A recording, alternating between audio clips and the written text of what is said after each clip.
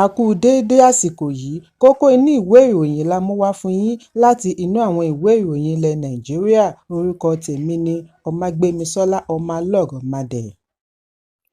Ìjọba àpapọ̀ ti rawọ́ ẹ̀bẹ̀ sí ẹgbẹ́ àwọn elépo pẹ̀lú òṣìṣẹ́ afẹ́fẹ́ gáàsì NUPENG àti àjọ òṣìṣẹ́ NLC kí wọ́n tú èrò wọn pa lórí ìyanṣẹ́lódì tí wọ́n fẹ́ gùnlé jákèjádò orílẹ̀-èdè tako iléeṣẹ́ Dangote lórí ẹ̀sùn ìṣelòdì sí ẹgbẹ́ Anti-Union Practices bí wọ́n ti ní ìjíròrò ní ọ̀nà tí ó dára jù láti fi yanjú fàákájà.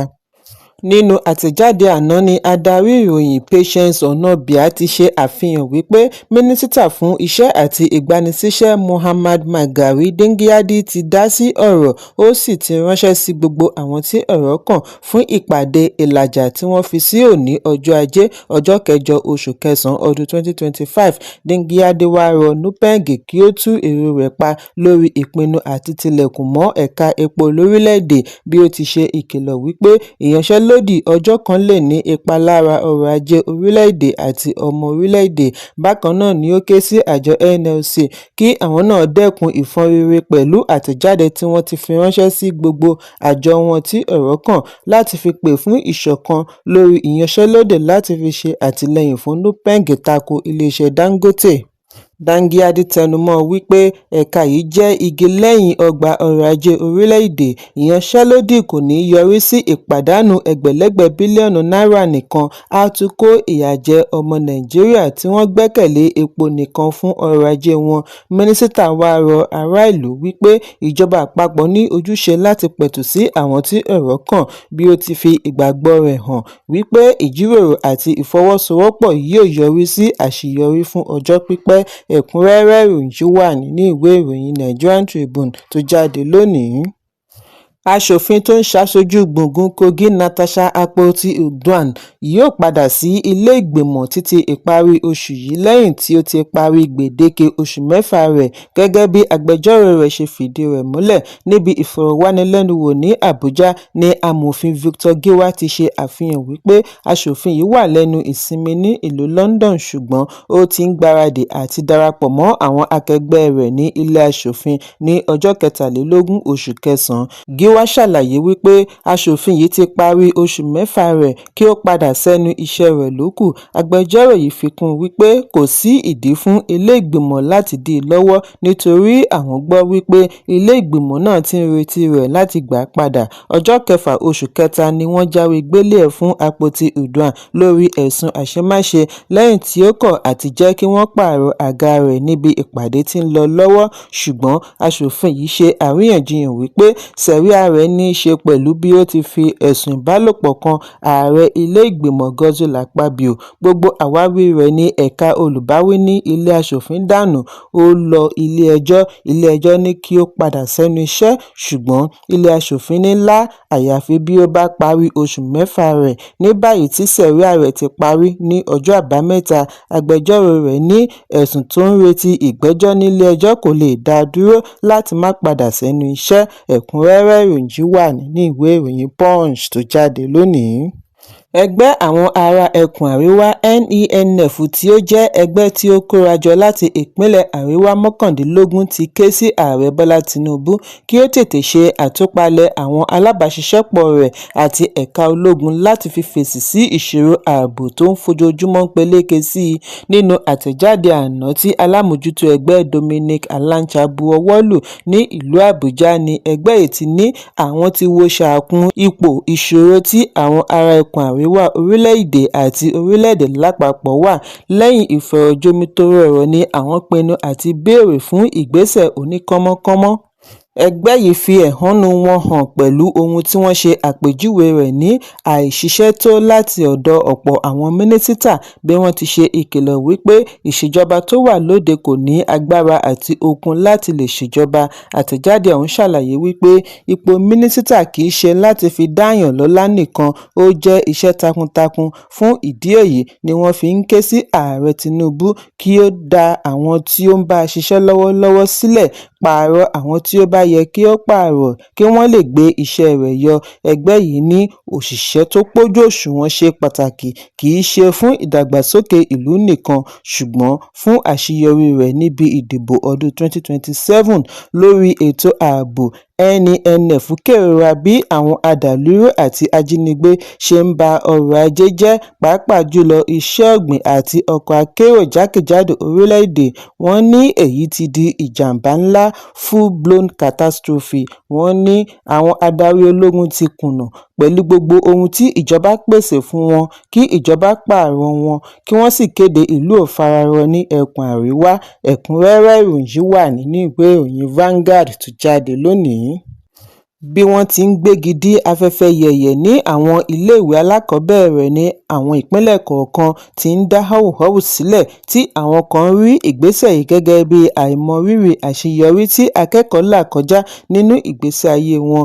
Àwọn aláṣẹ ìpínlẹ̀ Ondo ṣàlàyé wípé ìgbésẹ̀ yìí wáyé pẹ̀lú èròǹgbà àti ṣe àdínkù àjàgà owó tí wọ́n ń gbélé òbí lọ́rùn àti ìwà alọ́nilọ́wọ́gbà kí wọ́n sì ṣe ìgbélárugẹ ètò ẹ̀kọ́.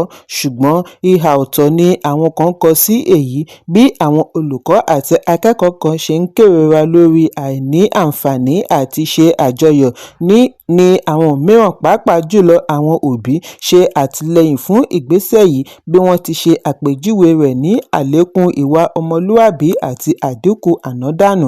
Níbi ìfọ̀rọ̀wánilẹ́nuwò ní kọmíṣánná fún ètò ẹ̀kọ́ ní ìpínlẹ̀ Ọ̀ṣun, Dípò Ìlúwọlé ti ṣàlàyé wípé àwọn òṣìṣẹ́ ìjọba ìpínlẹ̀ máa ń ṣe àbẹ̀wò sí ilé-ìwé aládàáni lóòrèkóòrè láti ṣàmójútó ìgbésẹ̀ wọn kí wọ́n sì dẹ́kun ìwà tí ìjọba ṣe lòdì sí. Bákan náà ni wọ́n ní ìpàdé pẹ̀lú àwọn adarí ilé-ìwé aládàáni láti kànńpá fún wọn kí wọ́n ṣe àdínkù owó tí wọ́n ń gbà lọ́wọ́ òbí fún ayẹyẹ òpin ọdún.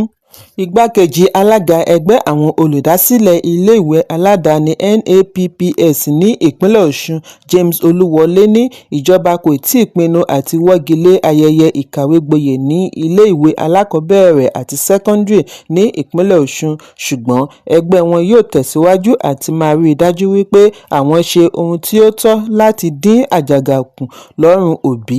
Ẹ̀kúnrẹ́rẹ́ ìròyìn wà nínú ìwé ìròyìn Vanguard tó jáde lónìí.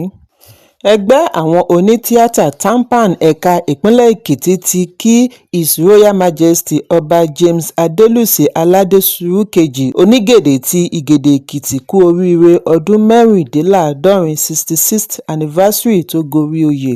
Ọba yìí ni a gbọ́ wípé òun ni ìgbà rẹ̀ pẹ́ jùlọ láfíríkà. Nínú àtẹ̀jáde tí gómìnà ẹgbẹ́ Ọlásùnkànmí Dàda ó ti gbóríyìn fún ọba lórí bí ó ti ń ṣe àmójútó àṣà àdáyébá ìlú láti ọdún márùndínláàádọ́rin sẹ́yìn. Àtẹ̀jáde ọ̀hún ṣàlàyé wípé láti ọdún 1959 ni kábíyèsí ti dúró gẹ́gẹ́ bí òpómúléró fún àṣà, ìṣe àti ọgbọ́n ní ọ̀kan lára ilẹ̀ tí ó lọ́ràá jù lórílẹ̀-èdè pẹ̀lú oore-ọ̀fẹ́ àti iyì. Ìgbà rẹ̀ jẹ́rìí sí agbára àjogúnbá, ìjìnlẹ̀ ìtàn àti ìwúrí wọn gẹ́gẹ́ bí ọmọ Yorùbá àtàtà. Ọba tí wọ́n bu ọ̀wọ̀ fún gidigidi yìí pé ẹni ọdún méjìléláàádọ́rùn 92 nínú oṣù kẹjọ ọdún 2025. Àwọn ará ìlú rẹ̀ mọ rírì rẹ̀ pẹ̀lú bí ó ti ń pa àṣà wọn mọ́. Lára àwọn àṣà yìí ni ọdún Àkè tí wọ́n máa ń ṣe lọ́dọọdún, Àkè Festival. Dàda tẹ̀síwájú wípé ọdún Àkè kì í ṣe ọdún kan ṣá, ó jẹ́ ọdún tí wọ́n ṣe ayẹyẹ rẹ̀ pẹ̀lú tìlù-tìfọn láàrin ìlú Ìgèdè Èkìtì. Ó jẹ́ ọdún tí ó ń kó gbogbo ọmọ bíbí ìlú tọkùnrin tobìnrin papọ̀.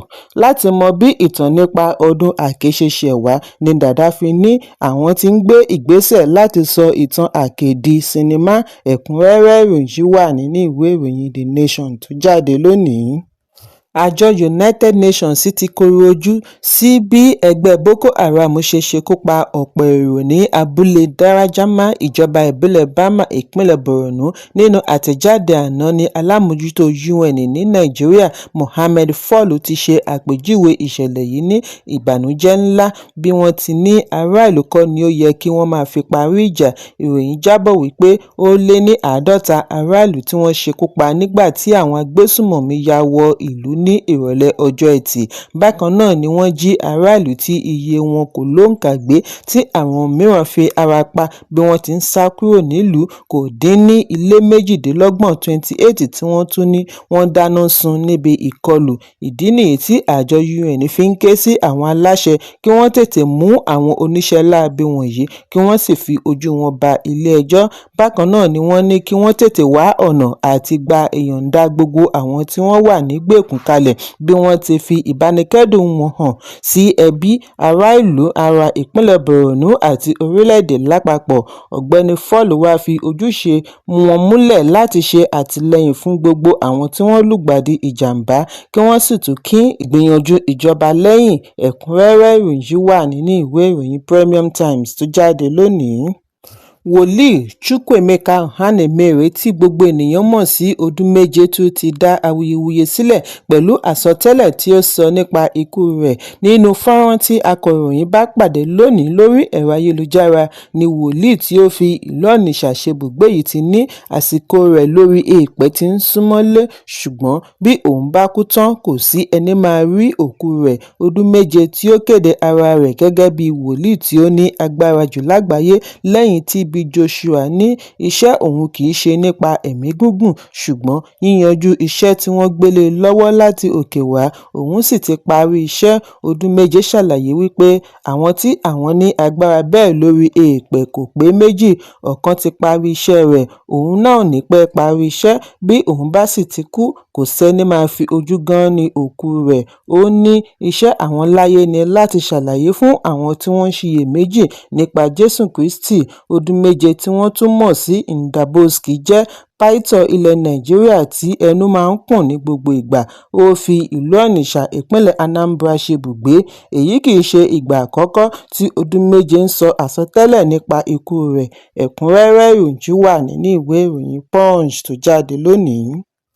Àwọn olólùfẹ́ bọ́ọ̀lù àfẹsẹ̀gbá kan ti ń fi ẹ̀hónú wọn hàn lórí àmì ayò 1-2 tí Nàìjíríà gbá tako Rwanda níbi ìdíje 2026 World Cup qualifier tí ó wáyé ní ọjọ́ Àbámẹ́ta. Ìròyìn jábọ̀ wípé nínú ìpele kejì second half ní Tolu Arokodare ti fún Nàìjíríà láǹfààní àti borí Rwanda. Victor Osimhen tí ó gbìyànjú ni wọ́n wọ́gi lé ìgbìyànjú rẹ̀ bí ó ti bọ́ sí ẹ̀gbẹ́ kan ìpele àkọ́kọ́ first half níbi tí ó ti farapa ní pápá ìṣeré Godswill Akpabio. Èsì Nàìjíríà tako Rwanda túmọ̀ sí wípé Nàìjíríà ti wà ní ipò kẹta síwájú ìdíje wọn tako South Africa ní ọjọ́ Ìṣẹ́gun. Lẹ́yìn ìdíje yìí ni àwọn alátìlẹyìn wọn gba orí ẹ̀rọ abánidọ́rẹ̀ẹ́ X láti fi èròǹgbà wọn hàn. Lára àwọn tí ó sọ̀rọ̀ ni @DeWaleOgun bí ó ti kọ wípé ikọ̀ yìí kì í ṣe ara rẹ̀ rárá, ó sàn kí wọ́n má kópa nínú ife àgbáyé.